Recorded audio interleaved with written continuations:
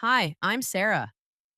They laughed at me at my college graduation when my father stood up during the family celebration and announced to everyone that I'd never amount to anything, that 4 years of business school was just an expensive way to delay my inevitable failure. My mother nodded along, my brother smirked, and my cousins whispered behind their programs. Now, 3 years later, my cybersecurity company just went public at a valuation of $200 million, and every major news outlet is calling me the youngest female veteran to lead a successful tech IPO. But let me tell you what really happened in between.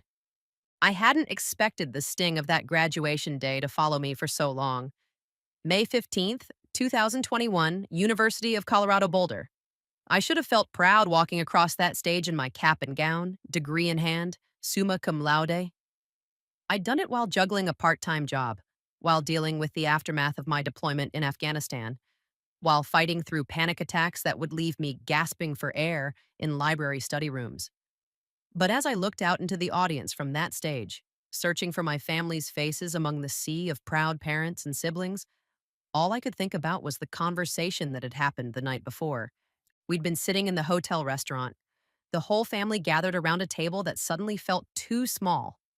My parents, David and Linda Martinez, my older brother Carlos, my Aunt Rosa and Uncle Miguel with their twin daughters, Sophia and Elena. Everyone was making small talk about the ceremony, about my plans after graduation, when my father set down his coffee cup with that deliberate clink that always preceded his pronouncements. Sarah, he'd said, not looking at me directly, I need to be honest with you about something. The table went quiet. My mother's fork paused halfway to her mouth. This whole business degree thing, this idea you have about starting your own company, it's not realistic. I felt my chest tighten, but I kept my voice steady. What do you mean, Dad? You've been living in a bubble here at school. The real world doesn't work the way they teach you in those classrooms. You think because you served overseas that automatically makes you qualified to run a business? Military experience doesn't translate to the corporate world, Mika, and frankly, you don't have the personality for it. Carlos nodded along, cutting into his steak. Dad's right, Sarah. You've always been too quiet, too in your head. Business is about networking, about being aggressive, about taking risks. That's not you. My Aunt Rosa tried to soften it. What your father means is that maybe you should start smaller. Find a good job with benefits, work your way up slowly. There's no shame in being practical. But my father wasn't finished. I've been in construction for 30 years. I've seen plenty of people with big ideas and fancy degrees. Most of them fail within the first 2 years. The ones who succeed, they're different. They're natural leaders, natural salespeople. They have connections, family money to fall back on. We don't have that luxury. My mother finally spoke up, but not in my defense. Your father just doesn't want to see you get hurt, sweetheart. Maybe you could use your degree to get a job at a nice stable company, something in administration or human resources.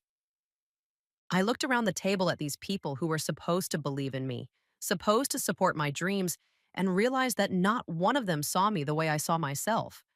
Not one of them remembered the girl who'd fixed their computers growing up, who'd taught herself to code at 14, who'd managed cybersecurity protocols for an entire forward operating base in Kandahar. To them, I was still just a quiet little Sarah who preferred books to parties, who'd come back from deployment different and damaged. I'm not asking for money, I said quietly.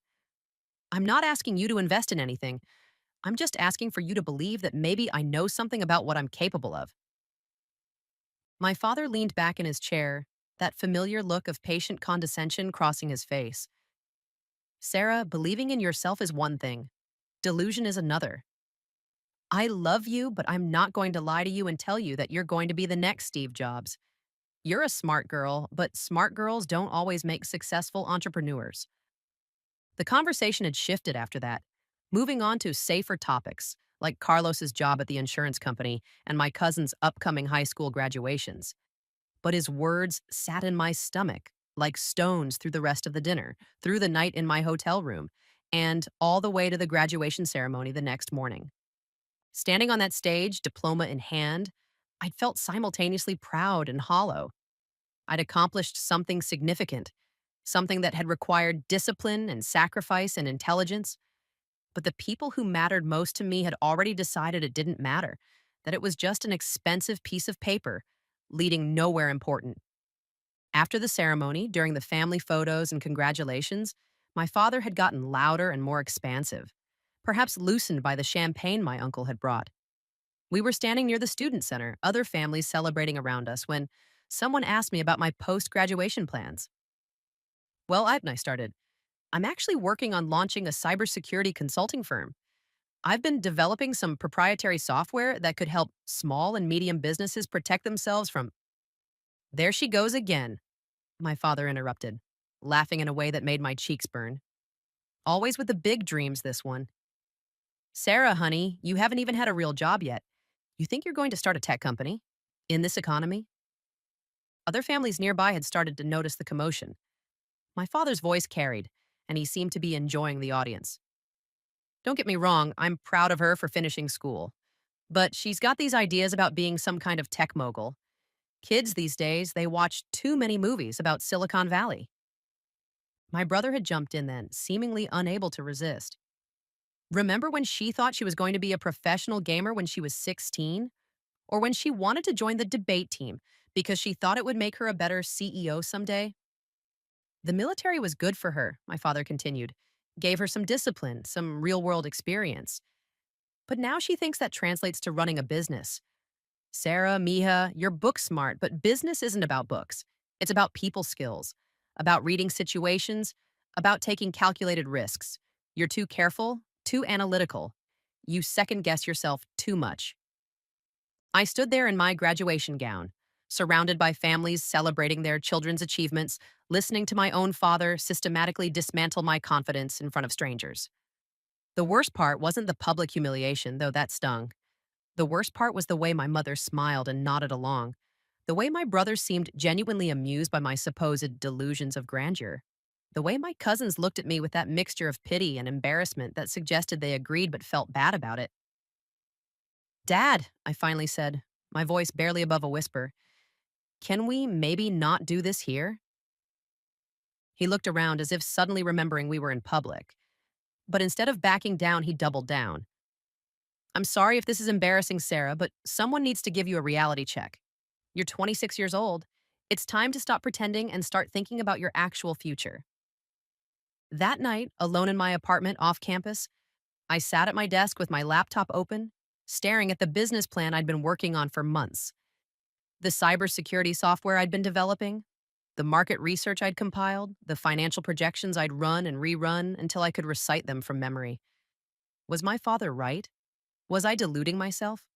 Was I really just a quiet girl with big dreams and no realistic understanding of how the world worked? I thought about my time in Afghanistan, about the nights I'd spent monitoring network intrusions and developing countermeasures while mortars fell outside our compound. I thought about the commendations I'd received, the problems I'd solved, the systems I'd secured. None of that felt like delusion. None of that felt like playing pretend. But sitting there in the darkness, replaying my father's words and my family's laughter, I felt smaller than I had in years. Maybe they were right. Maybe I should find a safe job, work my way up slowly, prove myself in someone else's company before I even thought about starting my own. Maybe believing in myself wasn't enough. Now tell me, what would you do if everyone you trusted told you your dreams were too big? If the people who raised you looked at your biggest aspirations and saw only failure waiting to happen? Would you listen to them and play it safe? Or would you bet everything on the voice inside that says you're capable of more? Drop a comment below and let me know what time you're watching this and where you're from. I read every single comment and I want to know your story too. Because here's the thing about being underestimated, it gives you a kind of freedom that confidence never could. When no one expects anything from you, when everyone has already written you off as a dreamer with no practical sense, you stop worrying about disappointing people. You stop second guessing every decision because you're afraid of proving them right. You just focus on the work. That's exactly what happened to me in the weeks following graduation. While my family went back to their normal lives, satisfied that they'd given me the tough love I apparently needed, I found myself in a strange state of clarity. The sting of public humiliation had faded, replaced by something harder and more focused. If they were so certain I would fail, then failing wouldn't be a surprise to anyone. But succeeding, really succeeding, would be something else entirely. I moved back to my tiny studio apartment in Denver, the one I'd kept throughout my senior year by working weekends at a computer repair shop. It wasn't much: 400 square feet, a Murphy bed that doubled as my desk when folded up, a kitchen that was really just a hot plate and a mini fridge. But it was mine. And more importantly, it was quiet. No one dropping by to check on my progress, no family dinners where I had to defend my choices, no well meaning relatives asking when I was going to start sending out job applications.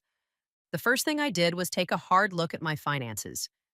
I had about $8,000 saved up from my deployment and various part time jobs, plus the GI Bill money I hadn't used for tuition. Not exactly venture capital funding, but enough to live on for 6 months if I was careful. 6 months to prove that my cybersecurity software could work in the real world, to find clients who would pay for what I was building, to turn my father's skepticism into something that looked more like surprise. I'd been working on the software since my junior year, initially as a class project that had grown into something much more ambitious. The idea was simple enough. Small businesses were getting hammered by cyber attacks because they couldn't afford the kind of comprehensive security systems that big corporations used. They needed something automated, something that could learn their normal patterns and flag anomalies without requiring a full time IT security team. Most of the existing solutions were either too expensive or too complicated for companies with fewer than 50 employees. My software, I called it ShieldNet, was designed to be the middle ground, sophisticated enough to catch real threats, simple enough for a small business owner to manage without a computer science degree. I tested it extensively during my senior year, running simulations and penetration tests until I was confident it could actually work. But testing in a classroom lab was different from deploying it in the real world, with real data and real consequences. The first month after graduation was brutal in ways I hadn't anticipated. Not because the technical work was harder than expected. If anything, having the freedom to work without academic deadlines made the coding smoother. The brutal part was the silence. Days would pass without meaningful human interaction, just me and my laptop, and the low hum of the air conditioning unit that barely kept the apartment cool during Denver's unusually hot summer. I'd wake up at 6, make coffee with the French press I'd inherited from my college roommate, and sit down at my makeshift desk, really just a folding table I'd bought at Target, to review the previous day's work. The software was coming together faster than I dared to hope.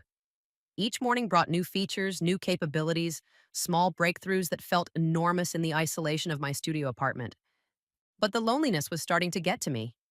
During my deployment, I'd been part of a team, surrounded by people who depended on me and whom I depended on in return.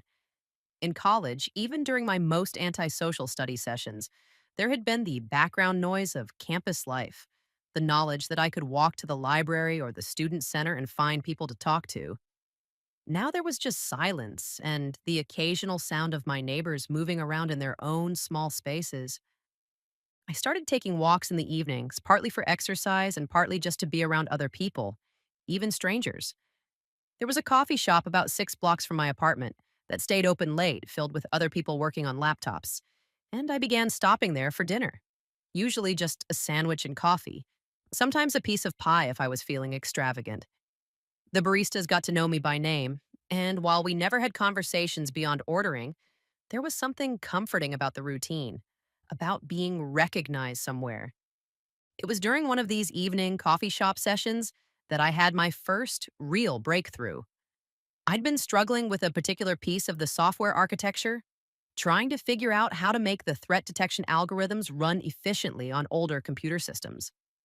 Most small businesses weren't running the latest hardware, and if my software slowed down their computers, they'd uninstall it within a week. I was staring at lines of code on my screen, nursing my third cup of coffee of the day, when I overheard a conversation at the table next to me. Two women, probably in their 40s, talking about their small marketing firm and a recent security breach that had cost them 3 days of work and nearly lost them a major client. The IT guy says we need to spend 15,000 on some enterprise security system. One of them was saying, 15,000. That's more than we spend on rent in 3 months. But he also says if it happens again, we could be looking at lawsuits from clients whose data got compromised. What about those cheaper options? Yar and the other woman asked. There have to be security programs that don't cost as much as a car. He says the cheap ones are basically useless. They'll catch the obvious stuff, but anything sophisticated will get right through. It's like putting a screen door on a bank vault. I sat there listening to this conversation, realizing that these women were exactly the market I'd been trying to reach. Small business owners who understood they needed security but couldn't afford the enterprise level solutions. They were stuck in exactly the gap that ShieldNet was designed to fill. Before I could lose my nerve, I turned around and introduced myself. I'm sorry to interrupt, but I couldn't help overhearing your conversation about cybersecurity. I'm actually a software developer who's been working on exactly this problem. They looked skeptical at first. I was 26 years old, sitting alone in a coffee shop with a laptop covered in military unit stickers. Not exactly the image of a professional IT consultant. But when I started explaining what I'd been building, how the software worked, why it was different from both the expensive enterprise solutions and the cheap consumer programs, they became genuinely interested. How much would something like this cost? One of them asked. I realized I had no idea. I'd been so focused on building the software that I hadn't given much thought to pricing. I'm still in the development phase, I said honestly, but the whole point is to make it affordable for businesses like yours. Could I maybe get your contact information? When I'm ready to start beta testing, you might be exactly the kind of client I need feedback from. They gave me their business cards, and I walked home that night feeling more energized than I had in weeks. It wasn't just that I'd found potential customers, it was that I'd confirmed what I'd hoped was true. There really was a market for what I was building. Real business owners with real problems that my software could solve. That conversation changed everything about how I approached the next phase of development. Instead of working in isolation, focused only on the technical challenges, I started thinking like a business owner. I researched pricing strategies for software as a service companies. I studied how other security firms marketed to small businesses.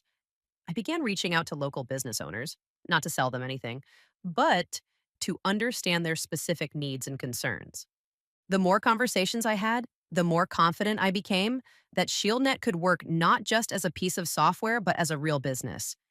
The technical challenges that had seemed so daunting in my apartment started to feel manageable when I remembered that I was solving actual problems for actual people. This wasn't just an intellectual exercise or a way to prove my family wrong, though that was certainly part of it. This was something that could genuinely help people protect their livelihoods. The call from my mother came on a Tuesday morning in late July, about 6 weeks after graduation. I was deep in a coding session, trying to optimize the real-time monitoring algorithms, when my phone rang with that familiar ringtone I'd assigned to family calls. For a moment, I considered letting it go to voicemail. These conversations rarely went well anymore. Hi, Mom, I answered, saving my work and leaning back in my desk chair. Sarah, honey, how are you doing? We haven't heard from you in weeks. Her voice had that particular tone that meant she was calling with a purpose, not just to chat. I'm good. Busy working on the software. Making good progress, actually. There was a pause, and I could almost hear her choosing her words carefully. That's great, sweetheart. But listen, your father and I have been talking, and we're a little worried about you. This whole startup thing, we're just concerned that you're isolating yourself, that you're putting all your eggs in one basket. I stood up and walked to the window, looking out at the street below, where people were heading to their regular jobs, their predictable paychecks, their safe and sensible lives. What do you mean? Well, Carlos mentioned that his company is hiring for their IT department. It's a good position, benefits, room for advancement. He could put in a word for you. And Mrs. Rodriguez from church, her daughter works for that big accounting firm downtown. They're always looking for people with business degrees. Mom, I have a business degree because I want to start a business, not because I want to work in someone else's accounting department. I know. But maybe you could do this software thing as a side project while you get some real world experience. You know, learn how actual companies operate before you try to run one yourself. The familiar frustration started building in my chest. It was the same conversation we'd been having in various forms since high school when I'd first mentioned wanting to study computer science. Every time I expressed any ambition beyond what they considered reasonable for someone like me, there was always a gentler, safer alternative waiting in the wings. Mom, I served in Afghanistan. I managed cybersecurity for an entire military base. I think I have some real world experience. That's different, honey. That's government work, with clear chains of command and established procedures. The private sector is, well, it's cutthroat. Your father sees it every day in construction. Companies promising the world and then disappearing overnight. People losing their life savings chasing dreams that were never realistic to begin with. I closed my eyes and counted to 5 before responding. What if it works, Mom? What if I actually succeed? Another pause, longer this time. Sarah, we just don't want to see you fail. And if you do try this and it doesn't work out, we want you to have something to fall back on. That's all we're saying. After we hung up, I sat in the silence of my apartment for a long time. The word fail echoed in my mind, and I realized that my family had already decided I would fail. They weren't worried about me taking a risk and succeeding. They were worried about managing the aftermath of my inevitable failure. They were already planning my soft landing, already preparing the "we told you so" conversation that would come when I finally admitted defeat and accepted that regular job they'd been pushing. But something had shifted in me during those 6 weeks of isolation and work. I'd been in combat zones where split second decisions meant the difference between life and death. I debugged critical security systems while under mortar fire. I'd earned the respect of soldiers who initially saw me as just another college kid playing at being tough. The idea that I couldn't handle the challenges of starting a business seemed increasingly absurd. That afternoon, I made a decision that would change everything. Instead of continuing to work alone in my apartment, instead of trying to prove myself in isolation, I was going to find other people who understood what I was trying to do. Denver had a growing tech scene, and there had to be other entrepreneurs who were building companies from scratch, who were betting on themselves instead of accepting the safe path. I spent the evening researching startup communities and entrepreneur meetups in the area. There were several regular events: a monthly gathering called Startup Grind, a weekly coffee meeting for women entrepreneurs, and something called Founder Friday that met at a co working space downtown. The next Friday event was 3 days away. I almost chickened out twice before actually walking into that co working space. The building was all exposed brick and industrial lighting, filled with the kind of sleek furniture and motivational posters that screamed Innovation Hub. I felt underdressed in my jeans and university t shirt, surrounded by people in designer casual wear who looked like they'd stepped out of a tech magazine. But then I noticed something that made me relax slightly. Most of the people there looked nervous too. They were clutching coffee cups and business cards with the same uncertain energy I was feeling. This wasn't a room full of confident, successful entrepreneurs. This was a room full of people who were trying to become confident, successful entrepreneurs. The format was simple. Everyone got 2 minutes to introduce themselves and their company. Then there was time for networking and informal conversations. I listened to pitch after pitch, everything from social media apps to sustainable packaging solutions to meal delivery services. Some were clearly further along than others, but everyone was at some stage of building something from nothing. When my turn came, I stood up and introduced myself with a clarity that surprised me. I'm Sarah Martinez, and I'm building cybersecurity software for small businesses. Most companies with fewer than 50 employees can't afford enterprise level security, but they're getting hit by the same kinds of attacks as major corporations. My software, ShieldNet, provides automated threat detection and response at a price point that makes sense for smaller organizations. The response was immediate and encouraging. Several people approached me afterward, including 2 other women who were building B2B software companies. One of them, Jessica, had started a project management platform for construction companies and was about 6 months ahead of me in terms of development and customer acquisition. You should definitely apply for the accelerator program at Techstars, she told me over coffee after the main event had ended. They're specifically looking for companies solving real problems for underserved markets. Your military background would be a huge advantage. That they love founders with operational experience. I've never heard of Techstars, I admit it. It's a 3-month program where they give you seed funding, mentorship, and access to their network of investors. The application process is competitive, but if you get in, it's basically a fast track to scaling your company. Another entrepreneur, Marcus, overheard our conversation and joined in. Techstars is great, but you should also look at the local angel investor groups. There's Colorado Impact Fund, which focuses on companies with social impact potential. Military veterans starting companies that serve small businesses. That's exactly the kind of story they fund. I walked out of that meetup with a notebook full of contacts, resources, and next steps. More importantly, I walked out feeling like I wasn't crazy for believing in what I was building. These people understood the challenges I was facing because they were facing similar ones. They didn't think I was delusional for wanting to start a company. They thought I was smart for identifying a clear market need and building a solution for it. The drive home felt different than any drive I'd taken in months. Instead of returning to my isolated apartment to work alone on code that might never see the light of day, I was returning with a plan, a community, a sense that what I was doing wasn't just possible, but inevitable if I was willing to do the work. That night, I called my college roommate, Maya, who'd moved to Seattle after graduation to work for Microsoft. I hadn't talked to her since the graduation disaster, partly because I was embarrassed about my family's public dismissal of my plans. Sarah, I was just thinking about you. How's the cybersecurity company coming along? You remember that? Of course I remember. You talked about it all senior year. That software you were building for your capstone project? You said you thought it could be a real business. Are you still working on it? I found myself smiling for the first time in weeks. Yeah, I am, and I think it might actually work. That's amazing. I knew you'd figure it out. You were always the smartest person in our program, and you actually understood real world applications, not just theory.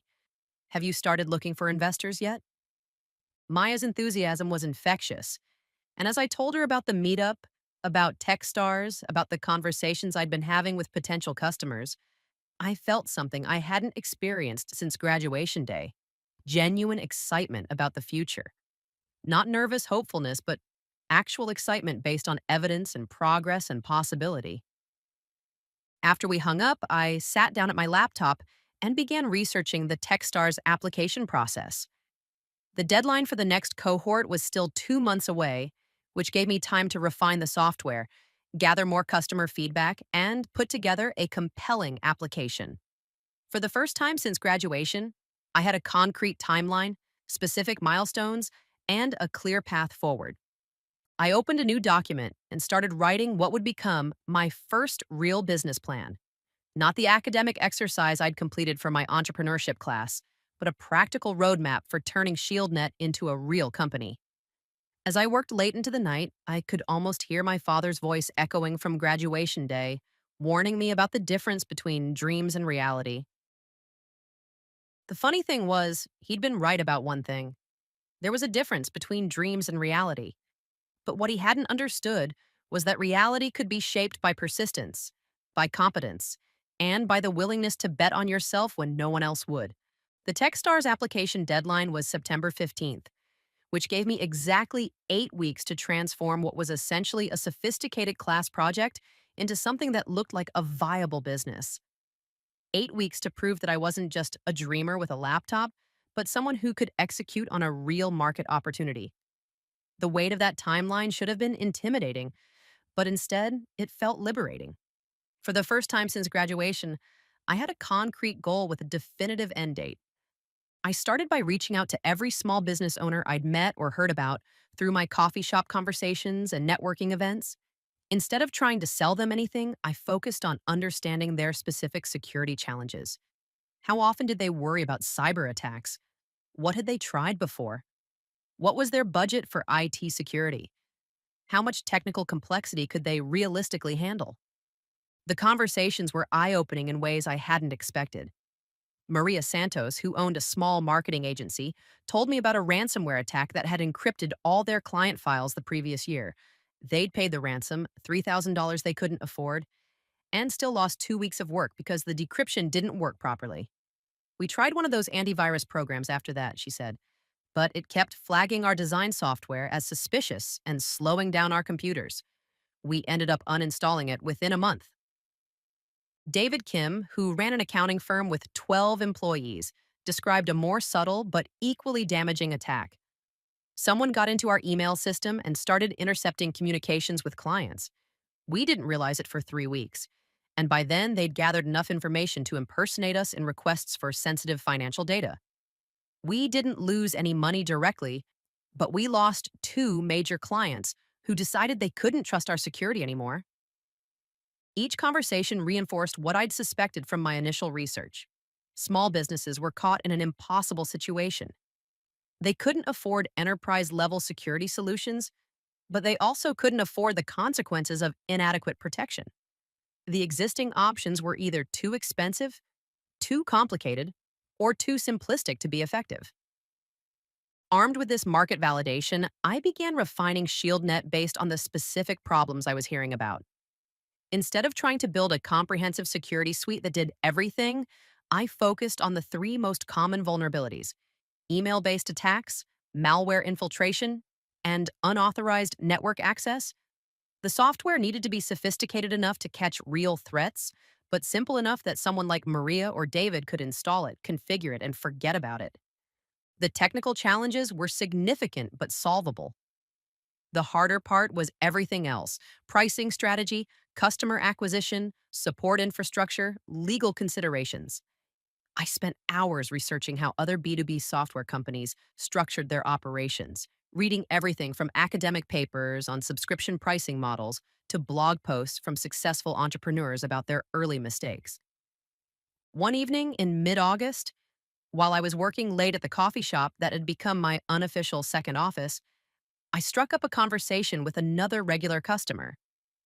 Tom Bradley was a consultant who helped small businesses with their technology implementations, and he'd overheard enough of my phone calls to be curious about what I was working on. "You're building security software?" he asked, settling into the chair across from me with his laptop and what appeared to be his fourth espresso of the day. "Trying to," I said, "for small businesses that can't afford the big enterprise solutions. God, there's such a need for that.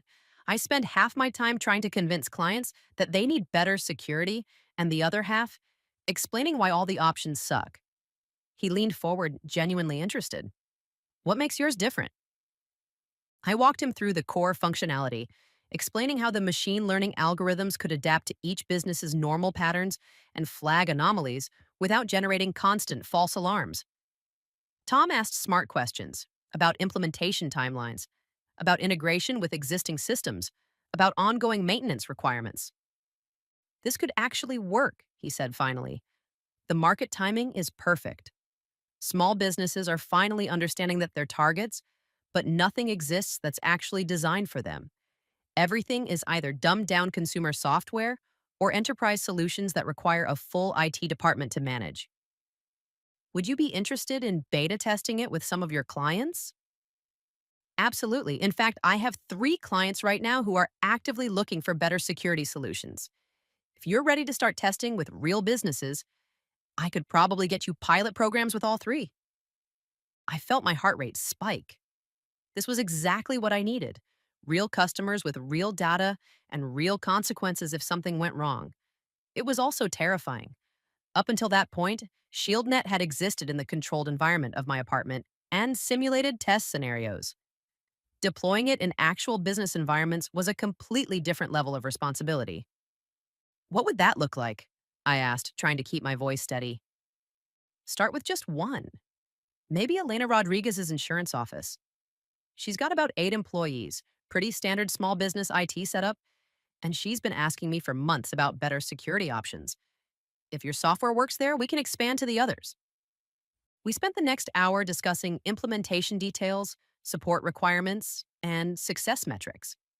By the time Tom packed up his laptop, I had my first real customer pilot scheduled for the following week.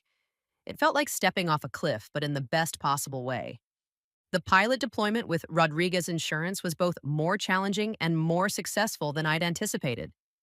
The installation process revealed several user interface issues I hadn't considered. Things that seemed intuitive to me as the developer were confusing to Elena's office manager. But once we worked through those initial hurdles, the software performed exactly as designed.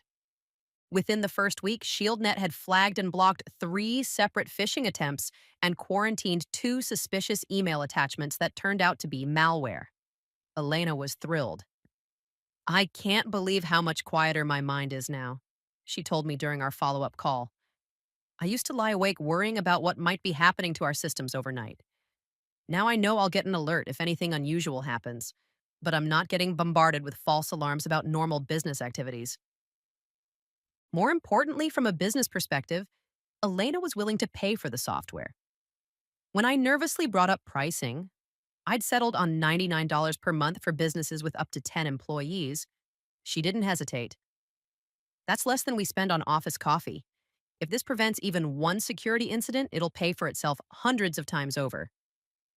The success of the pilot gave me the confidence to expand testing to Tom's other clients. Within 3 weeks, I had ShieldNet running in 5 different small businesses, from a dental practice to a boutique law firm to a small manufacturing company. Each deployment taught me something new about user needs, technical requirements, or business model considerations. But the real validation came when Elena Rodriguez called me unexpectedly on a Thursday evening in early September. Sarah, I need to tell you something. My brother in law owns a restaurant in Boulder, and I was telling him about your software. He asked if I could introduce you. They had their point of sale system compromised last month and lost a whole weekend of revenue. Of course, I said, scrambling for a pen to write down contact information. Actually, it's not just him. I mentioned your software at our business association meeting on Tuesday, and 3 other people asked for your information. There's a florist, a small construction company, and someone who runs a chain of 3 hair salons. They all want to know if you're taking new customers. I hung up the phone and stared at my laptop screen, where I'd been putting the finishing touches on my Techstars application. Word of mouth referrals. Customer demand exceeding my current capacity. Real revenue from real customers who were genuinely satisfied with the product.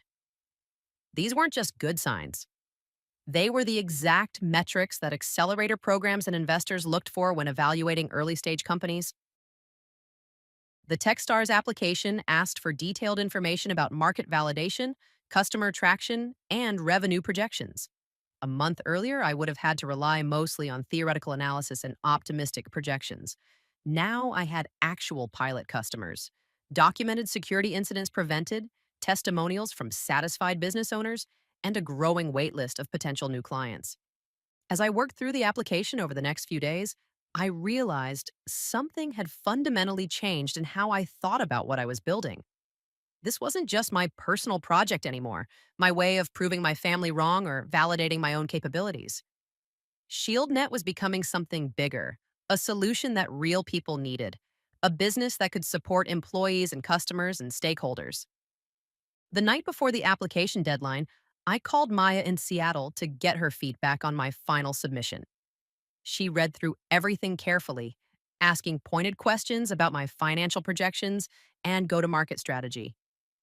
This is really impressive, Sarah. You've gone from concept to paying customers in less than 4 months. That's exactly the kind of execution that investors want to see. Do you think I have a real chance? I think you have more than a chance. I think you've built something that actually solves a problem people are willing to pay for.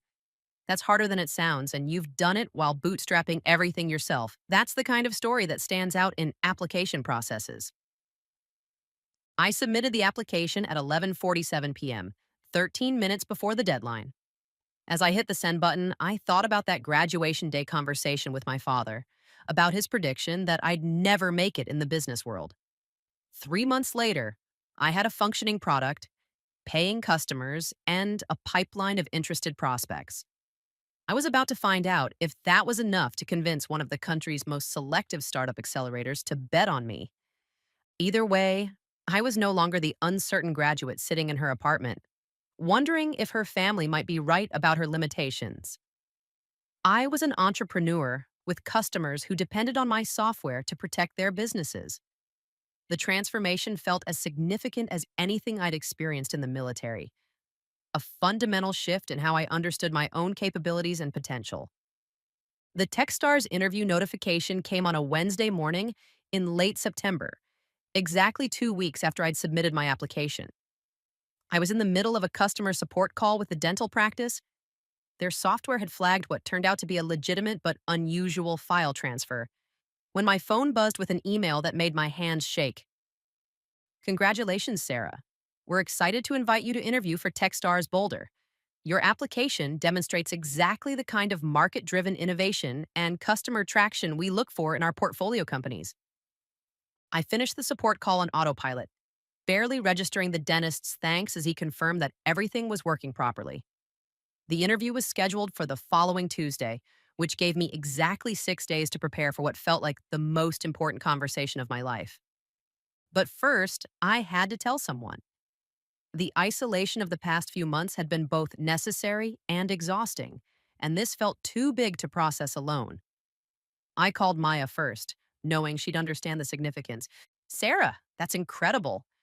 Techstars Boulder is one of their most competitive programs. The fact that they're interviewing you means you're already in the top 5% of applicants. I keep reading the email over and over again, trying to make sure it's real. It's real, and you deserve it. You've built something that actually works, that customers actually want. That's the hardest part of starting a company, and you've already done it. After Maya, I sat with my phone in my hand for a long time, considering whether to call my family. The interview invitation felt like vindication, proof that maybe I wasn't as delusional as they'd suggested. But another part of me wanted to wait to see how the interview went before sharing anything that could be interpreted as premature celebration. In the end, I decided to wait. Not because I was afraid of their reaction, but because I realized I didn't need their validation anymore. The paying customers, the interview invitation, the growing demand for ShieldNet, these were external confirmations of what I'd always known about my own capabilities. My family's approval would be nice, but it was no longer necessary for me to believe in what I was building. The weekend before the interview, I drove up to Boulder to scout the Techstars office and get a feel for the area. The building was in the heart of downtown, a renovated brick warehouse that housed dozens of startups and tech companies.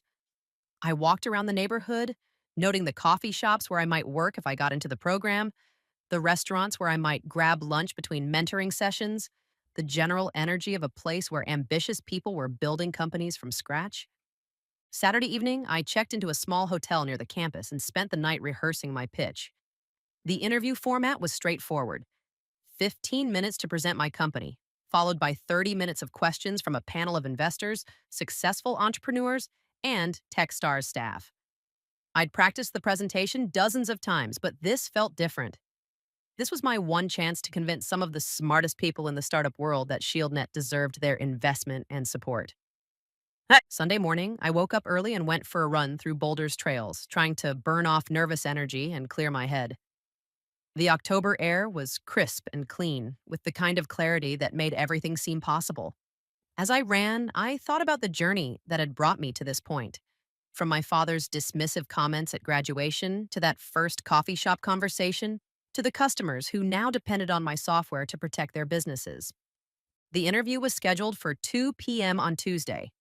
I arrived at the Techstars office 30 minutes early, wearing the one professional outfit I owned, a navy blazer I'd bought for job interviews during college, paired with dark jeans and the kind of understated jewelry that suggested competence without trying too hard. The waiting area was filled with other entrepreneurs, some looking confident and polished, others nervously reviewing notes on their phones. When they called my name, I followed a young woman down a hallway lined with photos of successful Techstars companies. Some of the names I recognized: startups that had gone on to raise millions in funding or get acquired by major corporations. The message was clear. This program had a track record of turning early stage companies into real successes. The interview room was smaller than I'd expected, with a long table where 5 people sat with laptops open and water bottles at hand. They introduced themselves quickly. 2 Techstars managing directors, a successful entrepreneur who'd gone through the program 3 years earlier, a venture capitalist from a local fund, and someone from the Boulder startup community who specialized in B2B software companies. Sarah, we're excited to hear about ShieldNet, said Jennifer Walsh, one of the managing directors. You have 15 minutes to tell us everything we need to know. I launched into the presentation I'd rehearsed countless times, but something interesting happened as I started talking. Instead of feeling nervous or rehearsed, I felt energized. These weren't skeptical family members questioning whether my dreams were realistic. These were people who understood exactly what I was trying to accomplish and were evaluating whether I had the skills and market opportunity to pull it off. I walked them through the market problem, showing data about the increasing frequency of cyber attacks on small businesses and the inadequacy of existing security solutions. I demonstrated the core functionality of ShieldNet, explaining how the machine learning algorithms worked and why they were more effective than rule based systems. I presented customer testimonials and revenue projections supported by real data from my pilot deployments. But the most powerful part of the presentation came when I talked about Elena Rodriguez, my first real customer. 3 weeks after we deployed ShieldNet in her insurance office, Elena called me at 8 o'clock on a Saturday night. She was at home, getting alerts on her phone about unusual network activity. Instead of panicking or waiting until Monday to deal with it, she was able to log into the dashboard, see exactly what was happening. Someone had plugged an infected USB drive into one of the office computers and remotely isolate the threat before it could spread to their client database. That's exactly the kind of outcome our software is designed to enable, I continued. Small business owners shouldn't have to choose between affordable security and effective security. They shouldn't have to become cybersecurity experts to protect their companies. They should be able to focus on running their businesses while knowing that their digital assets are protected by technology that's as sophisticated as what Fortune 500 companies use. The 15 minutes flew by, and then came the questions. They were tough but fair, the kind of inquiries that demonstrated genuine interest rather than skepticism. How did I plan to scale customer acquisition? What were my thoughts on pricing strategy as I moved beyond the early adopter market? How would I handle technical support as the customer base grew? What was my long term vision for the company? One question caught me off guard. Sarah, you're a solo founder with no previous startup experience. How do we know you can handle the operational challenges of scaling a technology company? I thought for a moment before answering. You're right that I don't have startup experience, but I do have experience managing complex technical systems under pressure. In Afghanistan, I was responsible for the cybersecurity infrastructure that protected classified communications for 3,000 personnel. When something went wrong, and things went wrong regularly, there was no customer support hotline to call, no senior engineer to escalate to. There was just me, the problem, and the knowledge that failure could have life or death consequences. Running a startup obviously isn't a combat zone, I continued, but it requires the same fundamental skills: the ability to solve problems quickly with limited resources, to stay calm under pressure, and to take personal responsibility for outcomes. Those are skills I've developed through experience that most entrepreneurs never get. The venture capitalist leaned forward. What about team building? Most successful companies require more than just technical competence from their founders. That's exactly why I want to be in Techstars, I said. I know I need to build a team, and I know I need mentorship in areas like sales, marketing, and operations. But I also know that the hardest part of starting a company, building something that customers actually want, is something I've already accomplished. Everything else is learnable if you have the foundation right. After 45 minutes, they thanked me and explained that they'd make their decisions within a week. I walked out of the building feeling cautiously optimistic, but trying not to get ahead of myself. The interview had gone well, but I'd learned enough about the startup world to know that going well didn't guarantee anything. That evening, I drove back to Denver and returned to my normal routine: customer support calls, product development, conversations with potential new clients. But something felt different. The interview had forced me to articulate not just what ShieldNet was, but what it could become. Instead of thinking about my software as a small business serving other small businesses, I'd started thinking about it as a technology platform that could scale to serve thousands of customers and that could become a significant player in the cybersecurity industry. 3 days later, my phone rang while I was debugging a compatibility issue with one of my client's accounting software. The caller ID showed Jennifer Walsh's name, and my heart immediately started racing. Sarah, I have good news. We'd like to offer you a spot in the next Techstars Boulder cohort. Are you ready to turn ShieldNet into a real company? I sat down hard at my desk chair, temporarily forgetting about the debugging session, about the client waiting for my fix, about everything except the fact that someone had just validated what I'd been working toward for the past 4 months. Yes, I said, my voice steadier than I felt. I'm ready. Excellent. The program starts in 3 weeks. I'll send you the paperwork and logistics information, but Sarah, congratulations. We're excited to work with you. After I hung up, I sat in the silence of my apartment for several minutes, trying to process what had just happened. Techstars represented more than just funding and mentorship. It represented entry into a world where my ambitions were normal, where building a technology company from scratch was an everyday occurrence rather than an impossible dream. For the first time since graduation, I felt like calling my family to share good news. Not because I needed their approval, but because I wanted them to understand that the person they dismissed 6 months earlier was becoming someone they might actually be proud of. The call to my parents that evening was unlike any conversation we'd had since graduation. I dialed their number while sitting in my car outside the grocery store, needing the confined space to help me focus and the option of a quick escape if things went badly. Sarah, my mother's voice was warm but cautious. This is a nice surprise. How are you doing, honey? I'm good, Mom. Really good, actually. I have some news I wanted to share with you and Dad. Hold on, let me get your father on the line. I heard muffled conversation in the background, then the click of the speakerphone engaging. Hey, Mija. My father's voice came through, carrying that careful tone he used when he wasn't sure what to expect from me. Your mother says you have news. I do. My cybersecurity company just got accepted into Techstars Boulder. It's a startup accelerator program that provides funding and mentorship for early stage technology companies. The silence stretched long enough that I wondered if the call had dropped. Finally, my mother spoke. That's that's wonderful, sweetheart. What does that mean exactly? I explained the program structure, the 3 month intensive curriculum, the seed funding, the network of mentors and investors. As I talked, I could hear the shift in their voices, the careful surprise of parents realizing they might have underestimated their child. How many companies get accepted? My father asked. About 1% of applicants. They had over 3,000 applications for this cohort and selected 30 companies. Another pause. Sarah, that's really impressive. I had no idea these kinds of programs existed. The thing is, Dad, I already have paying customers. 5 businesses are using my software right now, and I have a waiting list of others who want to try it. This isn't just theoretical anymore. It's a real company solving real problems for real people. My mother's voice was softer now, tinged with what sounded like regret.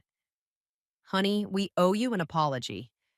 At graduation, we were just worried about you, but maybe we didn't express that the right way. We thought we were protecting you, my father added. The business world can be brutal, and we've seen so many people get their hopes up, only to get crushed. But it sounds like you really know what you're doing. I felt a complex mix of emotions vindication, certainly, but also sadness about the months of family tension that could have been avoided. I understand why you were concerned, but I needed you to believe in me, even when the outcome was uncertain. We do believe in you, my mother said quickly. We're proud of you. We're just, we're learning that maybe we don't understand your world as well as we thought we did. The conversation continued for another 20 minutes, with my parents asking detailed questions about the program, about my customers, about my plans for growth. It was the first time since college that they'd engaged with my business aspirations as legitimate rather than concerning. But the real test came the next morning when Carlos called me directly. Sarah, Mom and Dad told me about this accelerator thing. That's actually pretty cool. Thanks, Carlos. I appreciate that. Listen, I was thinking, I've been working in insurance for 5 years now, and I know how much our industry struggles with cybersecurity. Small and medium sized agencies are constantly getting targeted, but most of the security solutions are either too expensive or too complicated. Would you be interested in talking to some of my contacts? I almost dropped the phone. Carlos had been the most vocal skeptic of my plans at graduation, the one who'd laughed about my delusions of grandeur. Now he was offering to help me find customers. That would be amazing, Carlos. I'd love to talk to anyone who might be interested. I'll make some calls. And Sarah, I'm sorry about what I said at graduation. I was wrong. The Techstars program started on a Monday morning in early November. The cohort of 30 companies represented an impressive range of industries and technologies. Everything from biotech startups developing new medical devices to consumer apps targeting niche markets to enterprise software solutions like mine.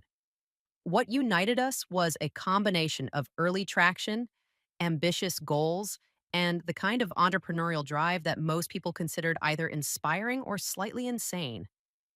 The first week was intensive orientation, designed to give us the tools and frameworks we'd need to accelerate our growth over the next 3 months. We learned about customer development methodologies, financial modeling for high growth companies, product market fit metrics, and fundraising strategies. But more importantly, we were immersed in a culture where building a scalable technology company was normal, where ambitious goals were expected rather than questioned. My assigned mentor was Rebecca Chen, a former Microsoft executive who'd founded two successful cybersecurity companies before becoming an angel investor. Our first meeting was scheduled for Thursday morning of the first week, and I was nervous about making a good impression. Tell me about your customers, yeah, she said without preamble, settling into her chair with a coffee and a legal pad. Not your product, not your technology, your customers. Who are they? What problems are you solving for them, and why do they pay you?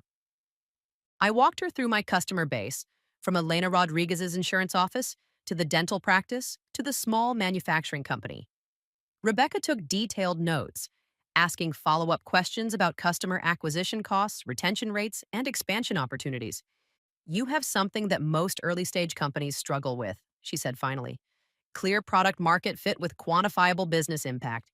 Your customers aren't paying you because they like you or because your software is cool. They're paying you because you're solving a problem that costs them money when it's not solved. But I feel like I'm just getting started. 5 customers isn't exactly a massive success story. 5 paying customers who are actively referring you to others is actually quite significant at this stage.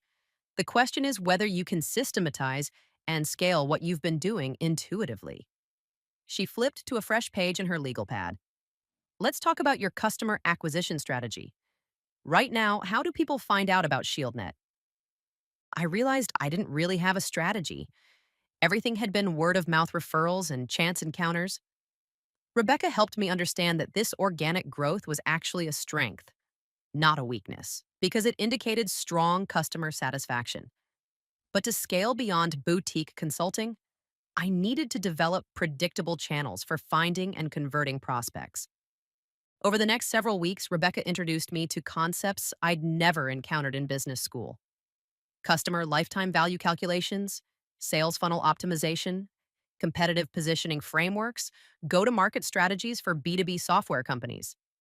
Each mentoring session built on the previous one, creating a comprehensive roadmap for transforming ShieldNet from a successful side project into a scalable business. But the most valuable part of Techstars wasn't the formal curriculum or even the individual mentoring. It was the peer learning that happened constantly among the cohort companies. During lunch conversations, evening networking events, and informal coffee meetings, I learned from entrepreneurs who were solving similar challenges in different industries.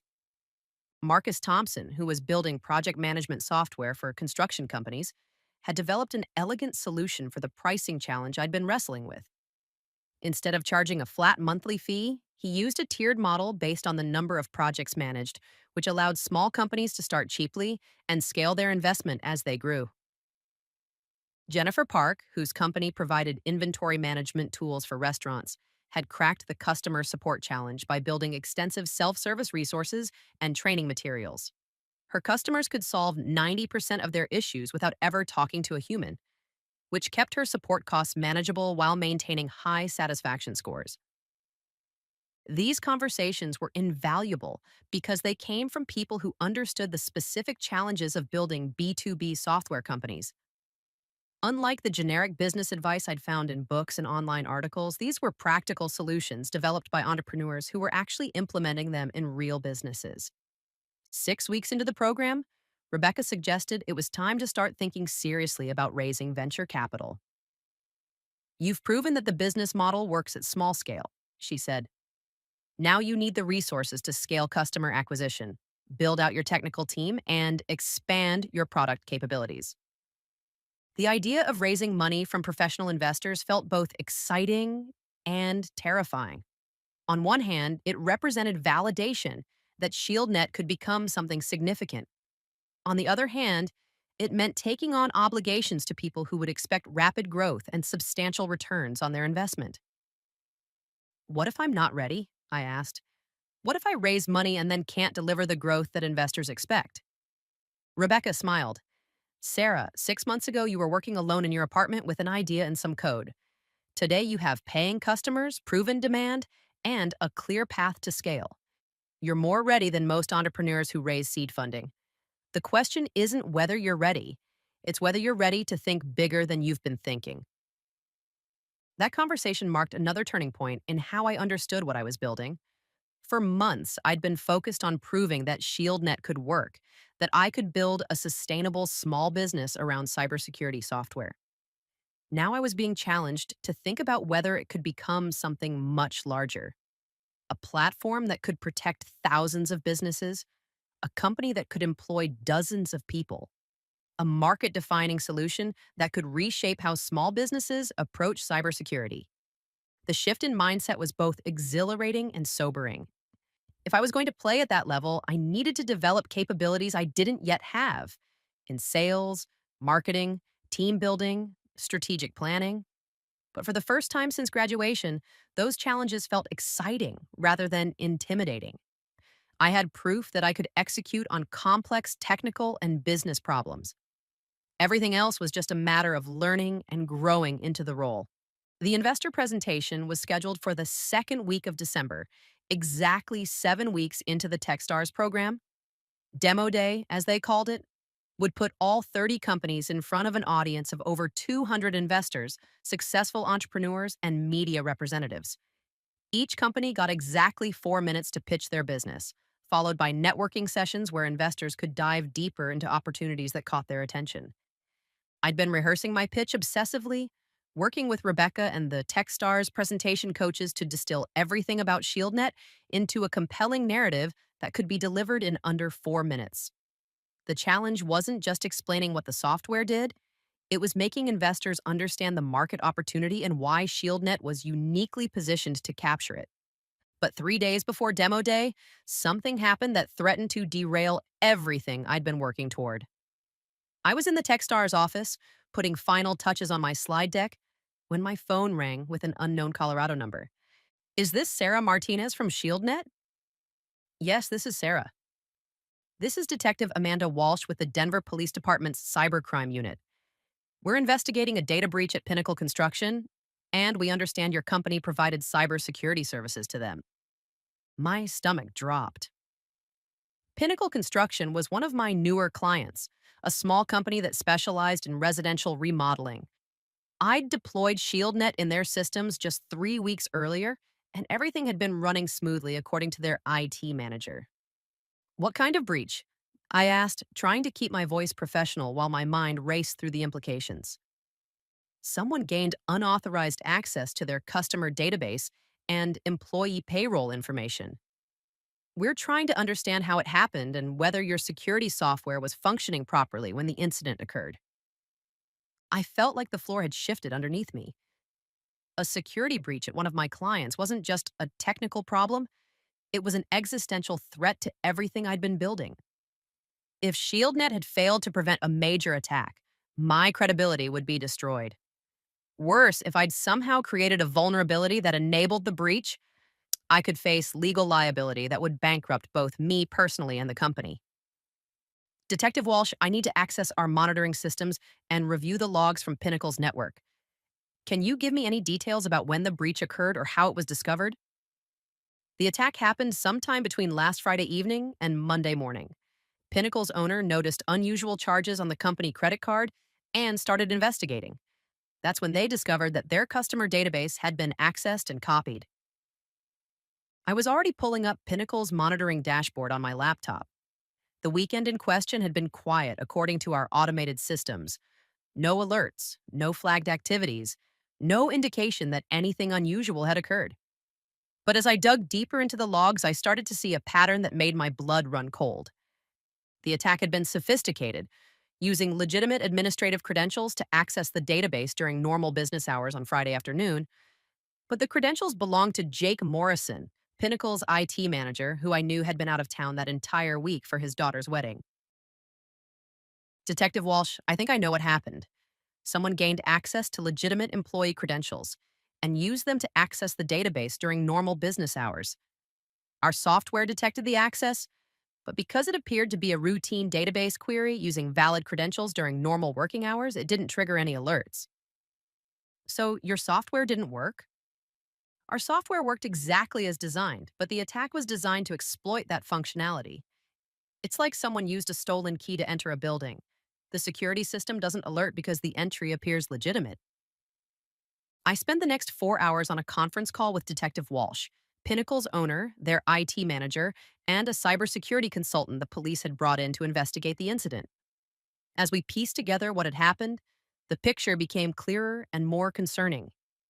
The attacker had gained access to Jake Morrison's credentials through a sophisticated phishing email sent to his personal account 2 weeks earlier. The email had appeared to come from Pinnacle's accounting software vendor, asking him to update his login information for security purposes.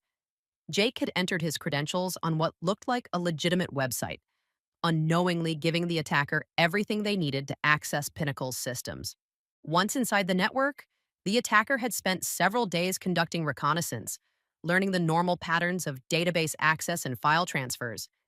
When they finally extracted the customer and payroll data, they did it in a way that mimicked routine administrative tasks, avoiding the behavioral anomalies that would have triggered ShieldNet's alerts. The good news, said the cybersecurity consultant, is that this attack would have succeeded against any security system currently on the market. The attacker used legitimate credentials during normal business hours to access data that the credential holder had legitimate reason to access. No rule-based or behavioral analysis system would have flagged this as suspicious. The bad news, Detective Walsh continued, is that we're dealing with a very sophisticated threat actor who clearly understands how modern security systems work and how to circumvent them.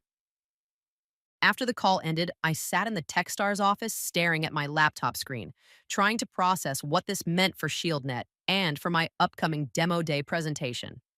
On one hand, the technical analysis had confirmed that my software had performed exactly as designed and that no security system could have prevented this particular attack. On the other hand, I now had a client who'd suffered a significant data breach while using my software, and that fact would inevitably become part of any due diligence process with potential investors. Rebecca found me there 2 hours later, still staring at my screen and trying to figure out how to handle the situation. "What's wrong?" she asked, settling into the chair next to mine. "You look like someone just told you the world was ending." I explained the entire situation, the breach, the investigation, the sophisticated attack methodology, the implications for ShieldNet's reputation, and my ability to raise funding. "This is actually not as bad as you think," Rebecca said after I'd finished. "In fact, it might be an opportunity to demonstrate something important about your approach to cybersecurity." "How is a client data breach an opportunity?" "Because you just proved that when a security incident occurs, you respond professionally and transparently. You worked with law enforcement, you conducted a thorough technical analysis, and you identified exactly what happened and why. That's exactly what investors want to see in a security company founder." She opened her laptop and pulled up a news article from the previous month. "Look at this. Equifax, one of the largest credit reporting agencies in the country, suffered a breach that exposed data for 147 million people. Their response was to downplay the incident, delay disclosure, and blame external factors.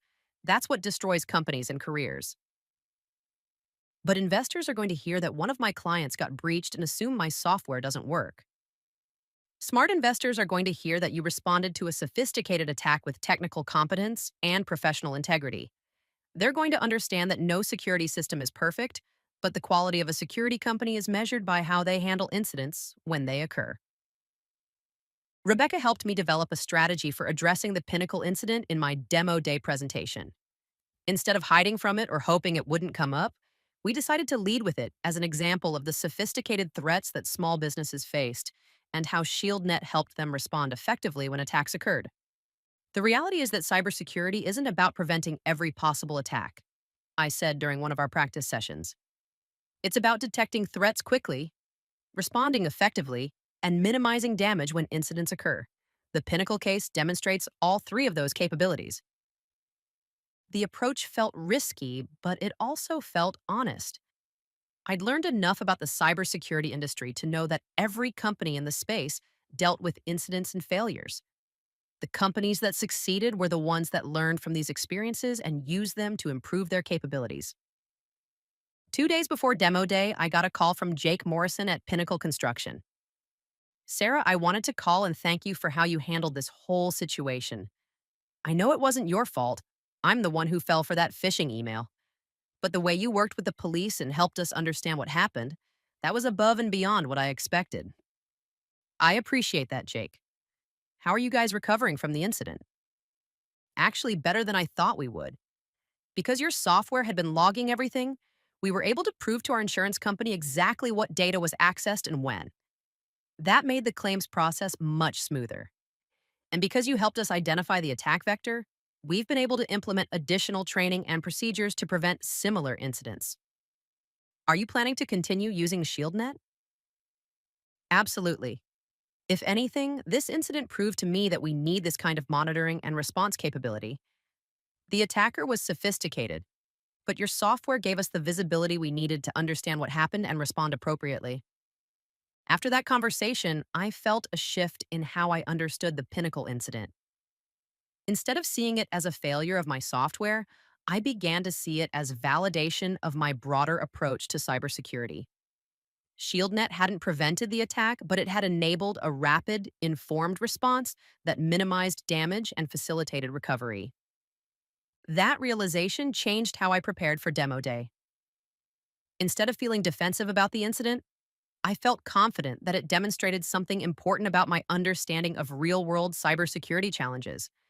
Investors who understood the industry would recognize that competence, and investors who didn't probably weren't the right partners for a cybersecurity company anyway. The night before demo day, I called my parents to let them know about the presentation. It felt important to have them understand that tomorrow wasn't just about raising money. It was about proving that the path I'd chosen could lead somewhere significant. We'll be thinking about you, my mother said. We're proud of you, sweetheart, regardless of what happens tomorrow. Thanks, Mom. That means more than you know. As I hung up the phone, I realized that their approval, while welcome, was no longer essential to my sense of confidence or purpose. The Pinnacle incident had taught me something important about my own capabilities under pressure. I could handle complex problems, communicate effectively with stakeholders, and maintain professional standards even when the stakes were high. Those were the qualities that would determine my success as an entrepreneur, regardless of what happened during a 4-minute presentation to investors.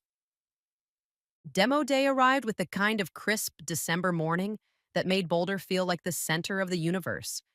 The event was held at the Fox Theater, a restored 1920s venue that Techstars had transformed into a modern presentation space. By 8 a.m., entrepreneurs were setting up their demo stations in the lobby, while investors began filtering in with coffee and the kind of casual confidence that comes from having the checkbooks everyone else wanted access to.